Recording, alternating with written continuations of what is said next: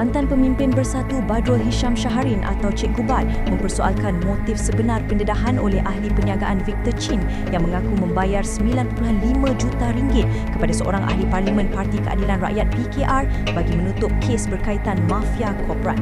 Menurutnya, pendedahan tersebut menimbulkan tanda tanya kerana ia hanya dibuat selepas siasatan Polis Diraja Malaysia dimulakan terhadap laporan media asing berhubung dakwaan berkenaan. Cik Gubat berkata pengakuan Victor itu turut menimbulkan persoalan serius berkaitan unsur rasuah, ugutan serta kemungkinan pelanggaran undang-undang lain.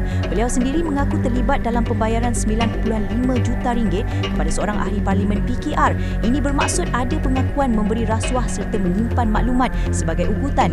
Beliau berkata tindakan membuat pendedahan hanya selepas disiasat pihak berkuasa menimbulkan persoalan sama ada maklumat tersebut sebelum ini disimpan sebagai alat tekanan. Jika benar tidak bersalah, kenapa perlu membuat bayaran tersebut? Ini menunjukkan wujud elemen menggunakan wang untuk menutup sesuatu kesalahan, katanya lagi.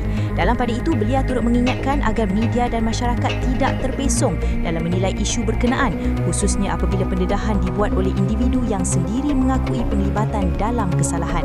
Penjenayah bukan hero dan tidak seharusnya diangkat sebagai hero, katanya.